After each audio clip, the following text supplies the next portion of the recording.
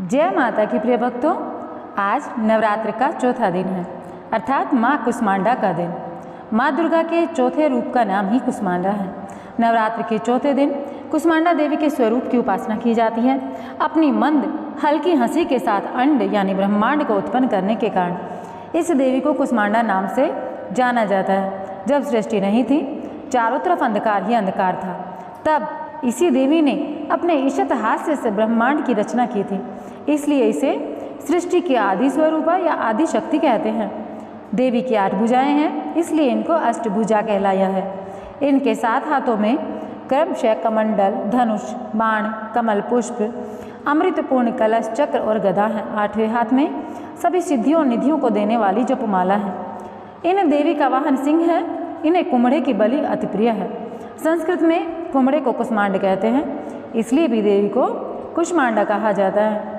इन देवी का वास सूर्यमंडल के भीतर जो अंतरलोक है उसमें है। सूर्यलोक में रहने की क्षमता केवल इन्हीं में है, इसलिए इनके शरीर की कांति और प्रभा सूर्य की भांति दैदीप्यमान है। इनके तेज से 10 दिशाएं आलोकित हैं।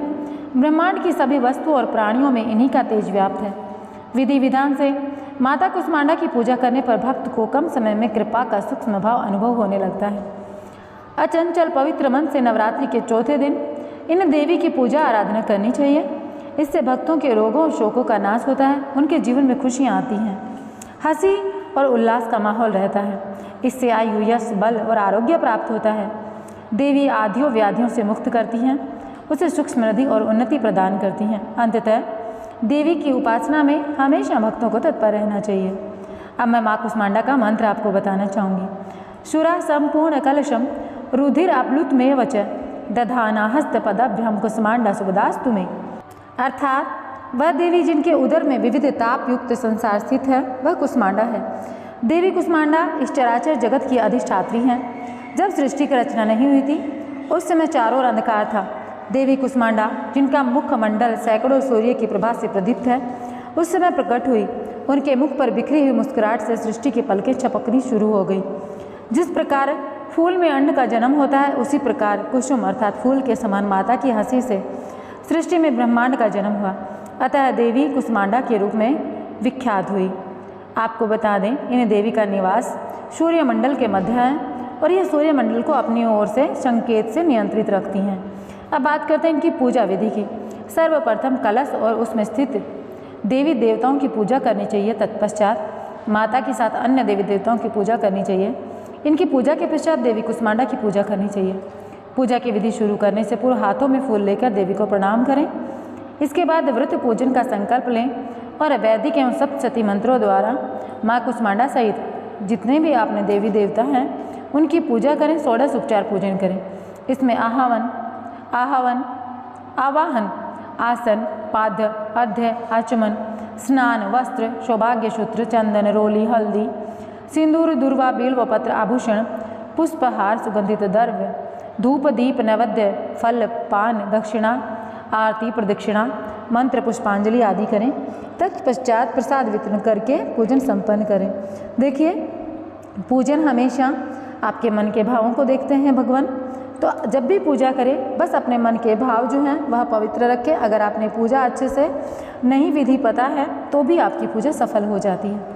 अब बात करते हैं माँ कुष्मांडा की आरती की। कुष्मांडा जय जग सुख रानी, मुझ पर दया करो महारानी। पिंगला ज्वालामुखी निराली, साकंबरी माँ भोली भाली। लाखों नाम निराले तेरे, भक्त कई मत वाले तेरे। भीमा पर्वत पर है डेरा, स्वीकार प्रणाम ये करो मेरा।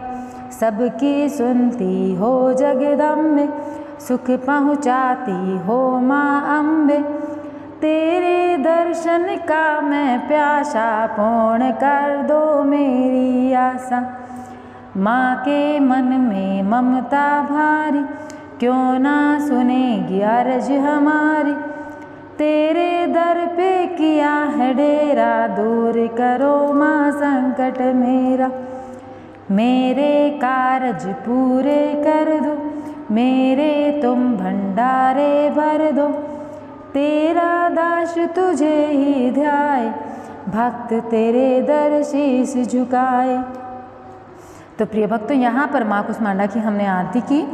अब मैं आप लोगों से कहना चाहूँगी, देखिए जब भी पूजा पाठ करें, बस मन जो है वह अगर साफ है तो कोई भी परेशानी नहीं आती।